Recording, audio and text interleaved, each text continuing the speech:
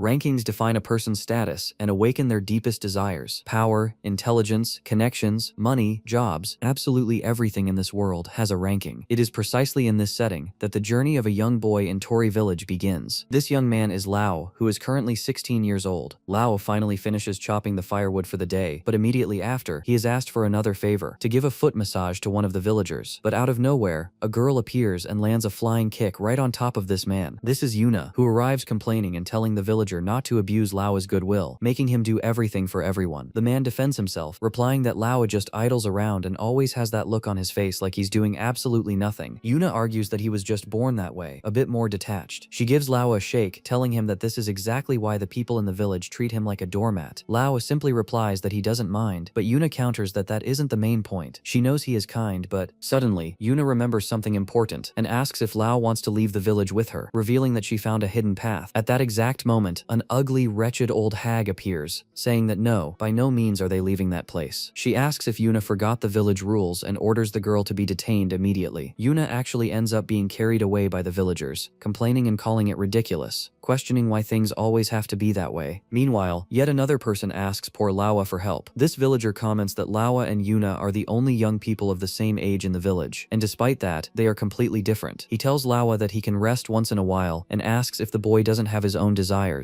Lawa replies that he will help anyway. He explains that when his parents died and he was left all alone, the entire village treated him like family. He knows very well the sacrifices everyone made for him, which is why he makes sure to give back. Lawa states that he loves the village and everyone who lives there way too much. The man then asks if he wants to live at his house, wanting to know where they could start arranging that. Lawa thanks him and replies that it's all right, sir. To Lawa, the villagers are the most important thing in existence, and the outside world doesn't mean much at all. Meanwhile, Yuna is trapped inside a bamboo cage, screaming for them to let her out. The grandma appears and tells her she should learn more from Lao. Yuna, with complete sincerity, asks why they can't leave the village under any circumstances. The grandma questions if the merchants who visit them aren't enough, wanting to know what the problem is after all. Yuna responds that it's not that, but rather the fact that the outside world is gigantic, while they all live trapped inside here. The grandma explains that they are stuck there because they are outcasts, but tells Yuna that she doesn't need to know much right now, and that, one day, time will take care of resolving everything. Later on, Lo is indeed helping carry buckets to the well, when suddenly, a stone hits him on the head. It was Yuna, throwing the rock just to get his attention. Lo asks if she managed to escape again, and she replies that after escaping so many times, it's a total piece of cake now. Yuna tells Lo to follow her, and leads him to that hidden path out of the village, because there is something she really wants to show him. The two walk through a forest that isn't very dense, where sunlight still manages to pierce through the trees in radiant beams. Then, Yuna shows him a monumental landscape. It is the outside world, endless green prairies, massive mountains, and a river flowing into a vast ocean. Yuna says that that is the outside world, and it is enormous. Lo is deeply impressed and thinks it is all incredible. Yuna asks if he knows the rules of the outside world, explaining what she learned from a book she secretly took from a merchant. She explains that the external world operates through a system called ranking. Adventurers, delivery workers, doctors, musicians, everything has a ranking. Anyone who manages to make it onto this list is called a ranker. Even weapons, food, strength, and wealth join the dance. In that world, everything is ranked and everyone truly competes. Lo asks if the outside world has rules too, and Yuna answers that it does, but highlights that there are far cooler things out there than in the village. She reveals that she wants to become a ranked adventurer, travel to various places, and compete with rivals from all over the world. Lo ponders and says they aren't allowed to leave the village, but Yuna couldn't care less about the prohibitions. She begs him to come with her, saying they can live a great adventure together, and insisting that he needs to go. She asks if he remembers when they were only 5 years old, and that giant bird attacked her. It was Lo who stepped up to save her. Lo asks if that actually happened, and Yuna confirms it, recalling that it was a massive creature that made a huge booming noise like boom boom boom boom. She says she knew at that exact moment that even though he looks a bit spaced out in his daily life, when he truly tries, he is stronger than anyone. She states with absolute certainty that he is going to shine brightly outside the village. Lo responds by thanking her for the compliment, but insists that he loves that place too much to leave. Yuna slaps his stubborn head, saying that fine, then she will go alone, and he can stay in that village forever. And indeed, Yuna leaves the village. Loa had never stopped to think about the outside world or the rankings. The sun was already setting, so he decides to head back to the village. But suddenly, a gigantic floating citadel passes directly over the forest. A colossal magical crystal located beneath this citadel fires a devastating blast of power directly at the village. Lo falls into utter despair, but tries to calm himself down, thinking that everything will be fine, that the people must be okay. However, upon returning, the village simply no longer exists. In its place, there is only a massive crater. Everything has vanished. The grandma Yuna, the villagers, everything is gone. A mysterious man appears at the site complaining, saying, saying, "Damn it, I arrived late again." He spots Lo standing there in the middle of the crater and asks if he is also from Tori village. The man laments, saying it must have been hard, but tells the boy not to worry because that floating island has already vanished from the area. Loe, in complete shock, asks what happened, what went wrong, what that thing even was, and what happened to all the people from the village. The man tells him to just forget about the village once and for all, and hands him a piece of paper, telling him he must go to the location written on it, where he will be able to live in safety. Loe demands that he answer his questions, but the man orders the boy to look around him, reinforcing that the entire village is gone, and that this is no longer a world for children like him. He insists that Lo needs to forget the past and become a new person, because that is the only thing he can do right now. The man thinks to himself, this kid cannot become just another victim of this situation. However, Lo remembers the words of the people he loved, and he begins to concentrate a power within himself that he had never seen before. He asks how the man expects him to just forget everything. He declares that he will go to that floating island and bring everyone back. He recalls that when he was little, his parents died in a landslide, and he was left completely alone, but the villagers took care of him. Yuna was always by his side. Everyone there was a good person, the kind who couldn't just ignore someone who was hurt. Every single one of them. Lo says he cannot forget those people, and reaffirms, I am going to bring them back. The man watches the scene in utter amazement, wondering to himself, what an absurd amount of prana is this kid radiating, since the very space around the boy is starting to distort. Prana is the mental energy of living beings, a power that anyone can possess, though few actually know it. However, extremely talented individuals manage to use this energy consciously. Normally, prana is colorless and invisible, but those who possess a massive amount of it can make it visible to the naked eye. Legends say that certain races possess a special kind of prana. The man questions whether Lo could be a survivor of Babel. He ponders that his priority should be protecting the boy, but realizes that with that kind of power, the youth would be able to escape from there on his own in a few years. Ultimately, the man concludes that without knowing all the circumstances behind this, there isn't much they can do. He throws a sword to Lo, telling him that if the boy wants to go to the island, he has to wield a sword. If he has potential, he can train him. The man also reveals his own prana, reddish and imposing, and commands the boy to attack him with the intent to kill, and Lo went all in. In fact, the youth's first strike was terrifying. He was just a beginner with a blade, but the sheer pressure of his attacks was pure. He was attacking with raw energy, with an incredible will, and his waves of prana were absolute madness. The man notes that this boy is a true monster. Lo's condensed prana became a beam of light so intense that it literally blinded the skies. Later on, the warrior explains that that thing is called the Island of the Gods. It normally floats over the immense sea and rarely appears in completely different places, wiping out people and even entire lands. The man was trying to stop it, but he arrived late once again. According to one theory, the humans caught in that light might be taken straight to the Island of the Gods. Lo then asks what happens if someone is touched by that light. The man responds that no one knows for sure, as it's just a theory. Even if the villagers are alive, who knows what is happening to them right now? To solve this, they have one direct path: the adventurer ranking. Lo needs to break into the top 10 of the list. Adventurers are responsible for exploring and investigating unknown lands. Out of all the rankings in the world, this one has the highest number of participants, and those at the very top are absolute monsters. If Lo can manage to rank among the top 10, he will be allowed to go to the Island of the Gods. This island occupies the #1 spot on the Dangerous Zones ranking, and almost no adventurer has ever returned from there alive. Even so, Lo remains deeply determined to set foot in that place. The knight says that from that moment on, he will train him for an entire year, but warns that he can only teach him the way of the sword. After a year, the young man can use this training as a foundation to climb the rankings. The man introduces himself as Adol, the #1 in the knight rankings and the strongest knight in all of humanity. And when Lo introduces himself, Adol warns that he won't be holding back under any circumstances. After all, the boy is the first person who ever managed to cut his chest. And indeed, the warrior still had an open wound right there. A hellish year began in Lo's life. He was knocked down at every single moment, and his hands and feet became covered in blisters. During training, his muscles tore and his bones were crushed by creatures, falls, impacts, and heavy blows. Blood dripped from every single pore of his body. Adol never spoke about the Island of the Gods again during their training, as if to say that Lo would have to figure out the rest on his own. And of course, the agreement was not to give up until then. The young man thought at every waking moment that the villagers were still alive. For now, all he could do was keep believing in that, while wondering why the village disappeared, what exactly the Island of the Gods is, and why it does what it does. To uncover the whole truth, he would reach the very top of the adventurer rankings. A year later, Adol asks if the young man is ready. Lo replies that he has been ready for a long time. He remembers Yuna, the request she had made for them to leave the village and set off together from there. He thinks about how Yuna, the girl who dreamed so much about the outside world, was gone, and to think that he would be the first one to set out on that journey. He decides that he will carry Yuna's dream with him. Adol admits that Lo has grown quite a bit during this time, but the youth replies that he is still in his growth phase. Lo is no longer just a little boy from Tori village. He is now the disciple of the strongest knight in humanity. Later, in the kingdom of Volter, more specifically in the Traquist capital, at the evaluation department branch, An evaluator named Luke was waking up late. Luke explains to his superior that he woke up late because he spent the entire night analyzing documents and rankings. The woman replies that he needs to take better care of his health. Unlike her, who only works in the office, it is Luke who determines people's rankings. Evaluators are sent to every corner of the world to assess the abilities of rankers and update their rankings according to their performance. They must possess extensive knowledge and impartial judgment to evaluate someone's merit and standing. To practice the profession, they themselves must pass several grueling exams. It is one of the most demanding jobs in existence, entrusted only to those who are handpicked. Luke mentioned that he is indeed an evaluator, but stressed that he is still at a low level. He needs to put in a mountain of effort to climb the ranks of the evaluators themselves because he wants to accomplish so many things. However, his superior said that for an evaluator, the fastest way to move up in their career is to become the exclusive evaluator of a talented ranker. Luke replied that he hasn't found any ranker he truly likes yet, and the woman shot back, saying that he is simply way too picky. Luke explained that rankers nowadays are just boring, and that, in the old days, the competition was much more fierce. Now, almost everyone on the ladder has their position locked in, which completely takes the excitement out of the job. To him, the value of a ranking lies in constant updates, and that's exactly why it's called a ranking. His superior replied that he is a true ranking addict, and thought to herself, "This is, unfortunately, a serious case." Luke was waiting for a promising new star who could turn the world upside down. His superior replied that this star might very well be in that exact same room. The two walked into a hall packed with people waiting to be evaluated. Luke noticed that this was already the third time just this year that they were holding the registration exam for adventurers, and the place was always packed. His superior replied that normally the traffic is much quieter, and that maybe the place is full because the Azaban forest entered the dangerous zones ranking 2 months ago. But she pondered that, fortunately, there were some very promising people there. Owl Darkus is number 753 in the mercenary ranking, and the leader of the Red Wolf mercenary group. The group also includes Eddie Markman, number 402, whose family is very well known for archery because his father was once the top 2. Besides them, there are other members who seem very good, with rankers in commerce, knights, and sailors. Meanwhile, Luke was figuring out the skills of everyone present just by staring at them. He was truly remarkable at this, acting as an evaluator, which allowed him to know what someone did just by looking at the individual. Luke also commented that the adventurer ranking is special and useful, justifying why so many people have been trying to register lately, since registration is essential to find places like that forest. At that exact moment, another person rang the reception bell to register for the rankings. The veteran went to answer and explained that the rankings are a system managed by the evaluation department. Evaluators are sent all across the country to assess the achievements and skills of rankers. She explained that an update can be done anywhere there is an evaluator, but the initial registration can only be performed at an official agency. The young man at the reception, named Lo, replied that he wished to register for the adventurer ranking and that he would like to participate in the exam that was about to take place. He signed up and paid the 3,000 fee, receiving the number 53. When he walked past Luke, Luke asked his colleague if there really were people who didn't know what the evaluation department was. She replied that it had been a long time since she last had to explain that, and commented that, indeed, he was a pretty strange boy. Later, in the exam room, the superior announced the start of the registration exam for the adventurer ranking. She detailed that there would be 3 types of tests. First the written one, then the practical one, and the last one would be explained on the spot. The final grade would determine whether they passed or not, but even if someone messed up one part, a high score in the other subjects could make up for it. The written test began, and some people showed a lot of nervousness because the material was very broad and required knowledge of many things. When time ran out, Lo just stayed with his head down, deeply concentrated. Later, the superior and Luke were grading the exams by themselves. Since there were no other employees available, the two would have to grade every single test from that exam, facing the exhausting routine of public service. Luke got pretty hyped up while analyzing the test of that boy. Number 53, Lo. The youth had gotten absolutely everything wrong on the written evaluation, which made Luke complain about having to sit there grading a hillbilly's test. 2 hours later, everyone headed to the location where the practical test would take place, which would consist of a treasure hunt. The participants had to deliver the items listed on the form and check the point values on the table located to the right. They could aim for the most valuable items, however fighting among themselves was strictly forbidden. Whoever grabbed the item first kept it. The crowd was confident, as the candidates were good at collecting the medicinal herbs and some insects listed on the table. As soon as the test started, everyone took off running. Luke commented that they would finally get a break, and the superior asked how many candidates he thought would pass this time. He replied that maybe half, because you could tell by their movements that the crew was well prepared, but he admitted to his superior that none of them had caught his eye. After a while, an adventurer handed in a piece of Rigo ore, which was worth 120 points. The woman registered the item and asked if he wasn't going to keep going, since there was still time left. The man replied no, because he had already achieved what was necessary to pass. She warned that if he got more points right now, he would obtain a better ranking when he registered. The adventurer replied that he didn't care much about that, since his real job was as a mercenary. The archer Eddie Markman came running right after, thinking he was the first to finish. He managed to secure secure a floche feather, which guaranteed 180 points. Proudly, the boy asked if the score wasn't incredibly high, mentioning that in his village, people used to eat the floche bird. The mercenary commented that the kid was acting way too full of himself over a simple feather, and the little guy questioned the comment. The mercenary explained that floche birds fly silently at 500 kilometers per hour, making them impossible to see with the naked eye, to which the youth responded that he had no idea the creature was so full of tricks. The evaluator noted that rankers possess immense pride, and Luke agreed that this was a positive trait. Suddenly Lo appeared, lugging the massive carcass of a huge fat bear. He explained to those present that he didn't know how to extract the red bear's gallbladder, which was why he decided to bring the creature's entire body. The evaluator accepted the delivery and registered the red bear's gallbladder, securing him 300 points. The surrounding crowd was utterly stunned, wondering if he had defeated the beast all on his own. Luke pointed out that the young man managed to recognize the red bear despite turning in that absolutely horrendous written exam. Lo replied that these animals appeared quite often near his village, so he knew them well. A witness who caught the fight reported that watching Lo battle was like seeing a literal monster. He simply drew his sword, and the creature died in a single second. An hour later, the group gathered at the underground training center. The evaluator asked the candidates if they knew what adventurers must always be wary of, subsequently explaining that it was beasts and humans themselves. Since an adventurer's mission is to explore uncharted lands and isolated regions, the main threats end up being bandits or pirates. For this reason, the final test would be a mock battle, where they would fight each other to have their skills evaluated, meaning winning or losing wouldn't determine whether they passed. A massive guy approached the mercenary Owl Darkus, calling him out for a fight, and mocking the fact that he had only acquired a tiny pebble in the previous test, sneering that he was nothing but a mercenary. The big guy charged immediately, breaking the exam rules. However, Owl Darkus drew his sword and knocked the guy out cold in the exact same drawing motion, using nothing but the weapon's hilt. The leader of the Red Wolves begged the evaluator for forgiveness, justifying that he simply couldn't ignore an insult like that. The evaluator replied that, considering the big guy's grades up to that point, he would have failed anyway, so she would pretend nothing happened. She found herself wondering who would face Owl Darkus in the test, speculating that it might just be Eddie Markman himself. Luke asked the senior evaluator if he could choose one of the battles, and she agreed. The subsequent fights went off without any major issues, until match number 8 took center stage in the tournament. Numbers 27 and 41 would fight at the same time against number 53. The mercenary Owl Darkus asked if the organizers had completely lost their minds, and Eddie Markman commented that it had been a long time since he was underestimated like that. The evaluator asked Luke if it was really alright to proceed with that combat format. He replied that it was, because if his eyes weren't deceiving him, that boy was a true monster. Luke was placing all his chips on Lo. Owl Darkus was the leader of the Red Wolf Mercenary Group, an organization that had made waves the previous year by eradicating the K-More Mafia, which occupied rank 62 among criminal organizations. Rumor had it that the young leader Owl Darkus had single-handedly defeated 7 executives, including the Mafia boss himself. On the other side stood Eddie Markman, the young heir to a prestigious family of archers, trained by his own father who was once the rank 2 archer in the entire world. He had registered at just 5 years old, and there wasn't a single archer alive who didn't know this prodigy, blessed with the raw talent of his bloodline. And facing these two formidable warriors was Lo, a completely unknown young man. When the combat finally kicked off, Eddie Markman fired the first strike, but Lo easily dodged the onslaught and drew his sword, flawlessly blocking a heavy blow delivered by the mercenary Owl Darkus. The strikes were so fast that the people in the audience couldn't see a single thing. They could only hear the clashing ring of swords colliding. At the exact moment Owl was caught off guard, and Lo was about to land a clean hit, the young man had to cancel his attack because of Eddie and dodge his incoming arrows. In fact, he managed to slice the arrows right in half and deflected every single one of them using the blade of his sword. Owl commented that he must be one of the best in the night rankings, but the archer replied that he had never seen this guy before in his life. Loe took the opportunity to ask if the two of them were also ranked in other categories. Eddie replied that yes, he held rank 402 in the archer rankings, and Owl replied that he was at rank 753 in the mercenary rankings. Loe said he understood, adding that if he defeated both of them he would definitely reach triple digits in his own classification. Right after that, he concentrated his prana, leaving everyone around absolutely terrified. There was so much accumulated prana that you could see its color with the naked eye, a vivid, striking green that radiated sheer vitality and pure will. Eddie commented that the rankings didn't just evaluate professions. He explained that he was 402nd in archery, but in the sniper ranking, which measured raw precision, he occupied rank 78. But before he could even fire his arrow, the archer was already sent slamming into the ground. Loa had closed the distance with such unbelievable agility that neither of them even noticed his movement. When Owl locked eyes with the swordsman, he found himself completely paralyzed with fear and decided to surrender. He justified it by saying he had to work later and couldn't afford to get knocked out like his companion. Lo agreed, saying it was fine, and sheathed his sword. The mercenary thought to himself that this kid was a true monster. The surrounding spectators began to murmur in awe, deeply impressed that he had beaten two triple-digit rankers all by himself. The evaluator evaluator announced in a loud voice that the winner was number 53. At that exact moment, Luke suddenly took off running. He went straight to his office, which was completely crammed with computers, radios, all kinds of electronic devices, maps, and papers. He immediately accessed the exclusive evaluator database and discovered that Lo Tuli was 17 years old and had absolutely no prior ranking history. Luke wondered how that was even possible, considering the young man's fantastic skills. To him, it only made sense if the boy had come from a highly remote area, since he wasn't a criminal and didn't belong to any cult. He thought it was as if the kid had hit the jackpot and kept questioning where he had been hiding this whole time. Luke rushed over to Lo with the intention of telling him that he would be his exclusive evaluator, but when he arrived, there were already several other evaluators swarming the young man, trying to do the exact same thing. He had arrived too late. Since Lo didn't know what that meant, he asked what an exclusive evaluator actually was. Luke stepped forward to explain the concept, stating that an exclusive evaluator is someone entirely dedicated to a single ranker, responsible for updating their ranking on a regular basis. He detailed that generally, to update one's position, a person has to wait for the evaluation department to send over an employee. However, with a dedicated professional, the update can be done anytime, anywhere. This role was highly valued because adventurers spent all their time traveling. They utilized a device called the Telegrand ranking, or rank cell, which constantly transmitted updated information. Luke stressed that if Lo wanted to climb the rankings quickly, hiring an exclusive evaluator was the absolute best path to take. Lo imposed only one condition to accept the proposal. He asked if there was anyone there who could take him all the way to the top 10 of the adventurer rankings. Upon hearing this, the professionals around him immediately lost heart and commented that while the young man was incredibly good, that was simply asking for too much. Lo felt disappointed by their reaction and walked out of the department. However, Luke came running after him and asked what his reason was for wanting to enter the top 10 so badly. The young man shot back that it was none of his business. Luke countered by saying that it actually was his business, because he would be his exclusive evaluator and would guide him all the way to the top 10. Loe argued that he didn't want to put any child in danger, but Luke replied that, before being a child, he was a professional evaluator, while also reminding him that Lo himself was also a child, since he was only 17 years old. The swordsman explained that, even if it weren't for that, he had no intention of hiring anyone, because he didn't want to involve others in his problems. That was when Luke revealed that he also had something he needed to do, a personal mission to fulfill, even if it cost him his very life. For that reason, he wanted to team up with Lo. The young man saw in that boy the exact same determination and will that he himself possessed. The little evaluator formally introduced himself as Luke Imelda, promising that he would guide him to become one of the best in the world. The young man also revealed his name, introducing himself as Lo Tuli, and the two of them signed a contract. After that, Luke took his new partner to a rented room so they could use the space as a temporary base. Lo commented that the little guy had good skills, and Luke replied that it was no big deal, though he admitted he hadn't expected to be put on a 1-week trial period. The young man explained that the measure was purely as a precaution. Luke guaranteed that he would show his full competence within that 1-week period, and that, in the end, the young man would end up begging him to stay. Lo replied that that would be great. The evaluator commented that the young man was incredible when fighting, but outside of combat, he seemed to be a bit spacey. The swordsman confessed that he used to hear that comment quite a lot. Shortly after, Luke noticed on his ranking phone that the official results were out. He informed his companion that he had placed at rank 2728 in the adventurer rankings. Lo confessed that he honestly thought he would be somewhere in the triple digits after defeating those two strong opponents. Luke explained that the adventurer ranking held far more people than the other rankings, making the competition vastly greater. He added that no matter how strong someone is, the system imposes an initial limit on the registration position. Furthermore, he pointed out that there were other secondary rankings. In sword speed, for example, Lo had placed at rank 58. He mentioned that those other two opponents also held rankings in different categories. Owl occupied rank 83 in the reliable boss category, while Eddie, for some curious reason, was at rank 19 in mushroom cultivation. Luke mentioned that he would like his partner to register in other rankings as well, but Lo replied that he wasn't looking for more work. The evaluator confessed that he had already figured as much. After all, even though they hadn't known each other for long, he was already starting to get a feel for the guy. He concluded that the young man simply wanted to break into the top 10 as quickly as possible, so he could head towards the Island of the Gods. Loe wanted to know how one goes about climbing up there. Luke answered that this access was the sole special privilege granted to those who entered the top 10, and asked if the young man would tell him the reason behind this whole quest after the trial period ended. Loe promised he would, as long as the little guy managed to earn his trust. He added that if the evaluator shared his own story too, it would be fair for both sides. Luke fully agreed, saying that being fair was very important. He pondered that his own reasons were difficult to explain to someone who had just registered, as he was after the dark side of the rankings, but he promised to explain that in full detail later. Next, Luke asked where all that absurd power of the young man came from, especially his swordsmanship technique, since you couldn't just learn something of that level overnight. Lo revealed that he had become the disciple of a knight named Adol. Surprised, Luke asked if he meant the Adol, the #1 knight, the top one, and the strongest warrior warrior in all of humanity. Lo confirmed that yes, that was exactly who he was talking about, even though he had only spent a single year training under him. Even so, Luke emphasized that this was absolutely bombshell news. Adol is famous for never ever taking on any disciples. Plenty of people begged, plenty of people offered riches and insane amounts of money, but he didn't accept anyone. And to think Lo inherited that, other knights would faint if they found out. Lo asked if the guy is really all that. Luke answered that yes, he is the top one. Huh, but Lo said he actually defeated him with the sword once. Luke said no, that's impossible. She said this guy is just a space cadet who drops these things like it's nothing. And she also searched for Lo Tuli, and absolutely nothing appeared in the database. She asked if his last name is a disguise. During one of their training days, Adol asked for Lo's last name, but he didn't know exactly what that was, due to the cultural difference. Adol explained that if he wanted to go to the island of the gods by the shortest path, from now on, he would have to call himself Lo Tuli. The risk is high, but if he does well, certain clues will naturally come his way. He replied in the present that no, it is not a disguise. Tuli is the name of his beloved family. And then Luke said that she could finally take off her hat. Her job was done. She then revealed her massive amount of long hair. Lo asked if she is a woman. Luke asked if he only noticed just now. He begged for forgiveness, but Luke said that an apology wasn't going to cut it. Yep, so she was a woman all along. Look at that. The story did that on purpose just to make everyone think she was a guy. Look at those sly dogs. And how about the narrator? What happens to the narrator? Take that, you loser. Take that, you loser. A whipping from Papa,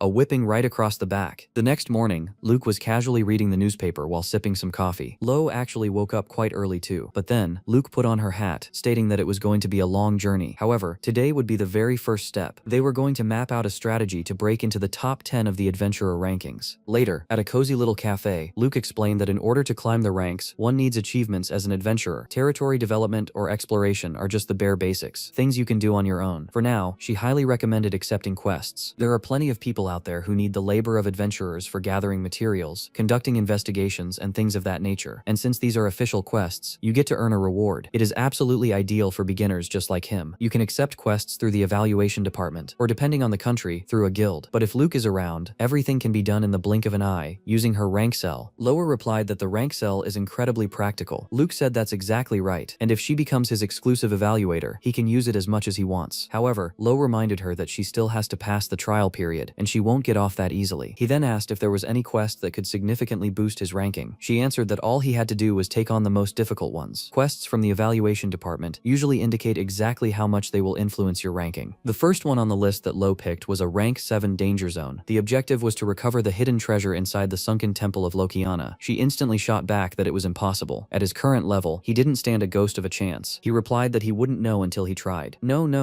Luke told him to trust the eyes of an evaluator, because this quest was far too difficult for him, and he would literally die. He replied that even so, he still wanted to try. The island of the gods is the #1 most dangerous place, and that is exactly where he wants to go. Luke thought to herself that this kid is just so incredibly stubborn. Just then, a man who had been overhearing the entire conversation asked if they were having some trouble. This was Laud, an acquaintance of Luke's. Laud Broward, a fiercely powerful adventurer, holding the 11th spot in the adventurer rankings. Loa immediately realized that if this guy is in 11th place, he is one of those monsters, an elite ranker. Luke smirked and said that this was the perfect timing, telling Laud to go ahead and hit this guy with everything he's got. Even Lo was caught completely off guard by that one. Later, they moved to an enclosed training area, and Laud apologized for making them wait. He didn't think they would actually challenge him to a duel, so he had to borrow a weapon. This spear felt a little too light, but it would do the trick. When Laud introduced himself, Lo noticed that he was a very well-mannered and cordial guy, but Lo could speak freely. Luke had updated Laud's rank the other day, which is how they knew each other. She is truly amazing. Besides having an immense amount of knowledge, she also possesses the sheer conviction required to create highly precise rankings. That kind of passion is extremely rare. Laud even mentioned that it was easy to see just how much she truly cares about Lo. However, what Lo was actually worried about was the intense aura this man was emanating. Laud was clearly powerful. Just thinking about moving forward made Lo visualize himself being instantly impaled by that spear. But Luke chimed in, saying that this was a golden opportunity and that he needed to understand just how massive the world truly is, at least once. Indeed, Lo thought to himself that the world is an enormous place, vividly remembering what had happened to his village out of nowhere. He replied, "I already know that, Luke." And so, the combat between the rank 2728 adventurer and the number 11 adventurer began. In a mere fraction of a second, their weapons clashed violently. Laud's strike was incredibly powerful, unleashing a sharp gust of wind, yet Lo managed to dodge it, making Laud think to himself that the kid was actually pretty good. Lo channeled all of his prana into his sword and released it all in a single, devastating blow. He was even coating his hands and feet to maximize his agility. Laud instantly noticed that his swordsmanship was striking strikingly similar to that of the Sword Saint. Loud thought to himself that there was no way that man could have passed down his secret technique, which is taught to only one person per generation, to a mere child. Lao noticed that Loud was overthinking things, and attempted to ambush him from behind with a feint, but it didn't quite work. Loud was completely unfazed. They continued to trade powerful blows. Loud was clearly more skilled, but he inwardly admitted that Lao's prana was far greater, and its radiance was absolutely blinding. Laud asked what the boy's race was, but Lo knew absolutely nothing about that. He simply replied that playing dumb wasn't going to work, because that brilliant glow of prana wasn't something you could just acquire over time. Well, whatever. If the kid didn't want to talk, he would just have to beat the answers out of him. Then, Laud asked if he could use enchantments. The boy couldn't. Lo couldn't quite identify what it was, but Laud began to summon his own enchantment. He drove his spear deep into the ground and, using nothing but his bare hands, recited an incantation that concentrated his prana into a brilliant glow. A golden light completely took over the arena as he chanted the enchantment of the Wind Tribe. He warned the boy to use his own enchantment as well, otherwise he was going to die right then and there. Naturally, Lo was utterly shocked when multiple golden spears were guided toward him like homing missiles. The boy desperately tried to block them, but he ended up getting cut and scratched all over his body. Lo declared that it wouldn't work, because an ordinary sword simply cannot block this enchantment. The rain of golden spears swerved right back toward the boy. He narrowly dodged them, but he was still getting heavily injured. At that moment, a memory of Adol flashed through his mind, remembering him saying that Laud was a bit reckless with his prana control, but once he got used to it, he would be able to use techniques bit by bit. The boy didn't know what techniques were back then, but Adol had explained it to him. First, he taught him the most fundamental technique, the shimmering blade. Lo mirrored the exact same stance and unleashed a massive gale, an extremely high-speed slash that Loud barely managed to block with his spear. Lo seized the opening to close the distance, but he was still forced to retreat due to the relentless rain of golden spears. Loud thought to himself that he had executed a slash at such a high velocity it was practically invisible to the naked eye, but the boy still wasn't fast enough to fully block his counter. Loud hurled his spear, which, even when blocked by Lo's sword, dragged the boy all the way to the other side of the arena and knocked him flat on his back. Right as the rain of golden spears came crashing down upon Lo, Loud warned him never to underestimate the adventurer rankings. The resulting explosion was absolutely gargantuan, though Loud purposefully missed the kid to avoid killing him. Of course, the undisputed winner was Loud Broward, number 11 in the adventurer rankings. He walked right past Luke, asking if that had been enough. She replied that it was. Loud figured that now she finally understood the reality, right? But she had held on to her belief until the very end, genuinely believing that the boy could win. She replied that she honestly thought there was a slim possibility, at the very least. Laud then asked if it was because the boy is a disciple of Adol. He had recognized it the moment he saw those movements. That was undeniably the technique of the Sword Saint. The style of the Sword Saint is passed down to a single successor, representing the most powerful swordsmanship in existence, inherited exclusively by elite knights for generations. And yet, a random little adventurer boy had somehow inherited it. From the perspective of a knight ranker, it's as if he had stolen something sacred. Luke replied that one could certainly look at it from that perspective. For that exact reason, it would be best to prevent the boy from crossing paths with other knights from here on out. Laud agreed, noting that it would indeed be wise, since in the worst case scenario, the kid could end up dead. If he were to operate as a knight ranker, perhaps everything could be resolved without issue, but Luke concluded that such a thing was almost entirely impossible. The reason she had believed in the boy, besides the Sword Saint style, was because he said he had landed a hit on Adol. Laud responded that it was impossible, that at the boy's current level, there was simply no way. Luke spoke up and said that when she first heard it, she thought it was a lie too, but the boy just wasn't the type to lie. Laud thought to himself that the Sword Saint style was already shocking enough, but what about that prana glow then? The boy probably had incredible enchantments. If he had used them, Laud could have absolutely lost. The boy just hadn't discovered this power yet. Later, the boy was remembering his mother and the singing she would always do. He remembered that annoying old hag walking in and telling his mother not to sing that fucking song, and his mother would just beg for forgiveness for singing it then. When the boy opened his eyes, he was in the infirmary, completely wrecked, inside an evaluation department. Luke explained that he had been sleeping the entire day. He passed out, just as if someone had flipped a little switch off. The doctor mentioned it looked like accumulated mental fatigue. They didn't know exactly what was happening to him, but he must have been pushing himself too fast. The boy remembered the combat he had with Laud, and replied that she was right. But the evaluator had something very important to tell him. She asked if he knew what enchantments were. Of course, he replied that he knew absolutely nothing. So she explained that enchantments are a special way of using prana that only certain races can pull off, and that many of those at the top of the rankings can use them. Lighted is from the Broward tribe, which is why he can use it. They are a combat-oriented race, specialized in hunting, and they live in the southern swamps. Since the techniques are passed down orally in the form of poems among the tribes, they are called enchantments, or incantations. There is also a genetic component, so it is generally difficult to learn after becoming an adult. The boy remembered the song his mother used to sing all the time. Luke mentioned that Loud said the boy himself might know some enchantments, and asked if he had any idea. He replied that he did, remembering his mother once again. Luke said that this was great, and that it would make his path a whole lot easier, since enchantments are quite the trump card for a ranker. Because of this, she found the perfect mission for him, an investigation mission in the Azaban Forest. It's an ecological survey inside a forest that recently entered the dangerous zone rankings, sitting at number 48. Loa then asked if it was just about investigating animals and things like that. Luke replied that it was supposed to be just that, but actually, lately some people have been disappearing in the forest. Adventurers who took on this mission vanished without leaving a single trace. In the beginning, it was those in the 4-digit tier, but recently, a rank 800 adventurer disappeared there. She explained that if Lo could also uncover the reason behind the disappearings, he would fulfill more than one mission and could jump up about 200 positions. Of course, the risk would be proportional to that. Lo said he would take the mission for sure. He took the chance to ask if she had only recommended him because she thought he could handle the job, and Luke replied that of course she did, immediately registering him for the mission right after. She warned him right away that inside the Azaban Forest, there are animals whose hunting is strictly forbidden, as well as restricted areas. With her by his side, everything should be fine, but he would also need to be extremely careful. If he didn't follow the rules, his rank would drop. No matter how skilled he was, if he went around destroying the ecosystem or kept failing missions, his reputation would go straight down the drain. Luke accepted the mission, saying that this was the beginning of a new chapter, the first step to skyrocket in the adventurer rankings, and that they were going to give it their best. Lo replied that they definitely would. Meanwhile, inside the forest, an adventurer was being killed by another ranker. The killer said that the evaluation department didn't even care about a trash ranker like that one. They were carrying a forest creature called a Uniceros inside a cage, completely illegally. The person who captured the little animal said that just with that beast's horn, he would be able to climb into the 3-digit rank. That was when Rosso Cruel explained that strength alone doesn't make anyone's rank go up. His very existence was justified because of those who suffered this type of injustice. After all, he was the rank 7 smuggler. A massive doubt came up about how someone can even have a rank while being a smuggler. First of all, shouldn't he be arrested? Did the person who evaluated him happen to become an accomplice to his crimes? There were too many questions left unanswered. The other adventurer replied that he would never leave a hunting ground as good as that one, because he intended to reach the top 100. This man was Dalkin, currently number 672 in the adventurer rankings. A while later, Lo's entry into the forest was permitted, even though he was rank 2728. That put a little doubt in his mind. He asked Luke how many people existed in the adventurer rankings in total. She answered that there were around 30,000, but only 20,000 of them were actually active. She commented that Lo's prana definitely didn't match his current rank at all. The adventurer rank is usually quite different from other types of ranks. For example, if someone holds a 4-digit spot in the adventurer rank, they usually have a 3-digit spot in another rank. And the higher someone's adventurer rank is, the higher their other ranks tend to be as well, because just by being an adventurer, a person tends to perform many other tasks. But Lo only replied that he still needed to get much stronger. Then Luke said they should start the adventure right away. Officially, the two were inside the Azaban Forest, number 48 in the dangerous zone rankings. Just by stepping foot and entering that place, Lo felt something very strange. She explained that only an experienced adventurer would be able to feel the danger of that place just by looking at it, while an ordinary person would never notice a thing. It is for this exact reason that the dangerous zone rankings exist. The forest was included in this rank because, 2 months ago, a massive outbreak was discovered of. She didn't even need to finish her sentence. Several demonic beasts charged at Lo with everything they had. Luke had to be protected at all costs, since she was the evaluator on duty. But honestly, that wasn't even a real challenge. Lo, drawing his blade and tapping into the Sword Saint technique, unleashed the mighty gale, wiping out all the enemies in the blink of an eye. Only a handful of them remained standing, and they were too terrified to take another step forward. Lo explained to her that he had learned a few techniques from Adol, but he hadn't managed to pull all of them off just yet. He thought that maybe, just maybe, now was the perfect time to put a second technique to the test. The demonic beast that stepped up next was the strongest and easily the bravest creature in the area, the bloody orc, sitting at rank 126 on the monster danger scale. Lo muttered to himself that there was only one way to find out if he could pull off the technique or not. He concentrated all of his bright green prana, the very manifestation of vitality, and unleashed the half lotus, an X-shaped slash. However, when the strike landed squarely on the orc's stomach, it did absolutely nothing. The orc immediately began chasing them down, forcing Lo to realize he had completely failed. Luke asked in absolute desperation what the hell he was doing, and he replied that he genuinely thought it would work. Their escape route was suddenly cut off by a massive cliff. Without a second thought, Lo simply went for it. He grabbed Luke tightly and leaped right off the cliff. Mid-fall, he used the power of the wind to slow down their momentum, pushed off a tree branch to cushion the drop, and landed on the ground completely fine. Luke's soul practically left her body from sheer terror. Loe just let out a sigh of relief, murmuring,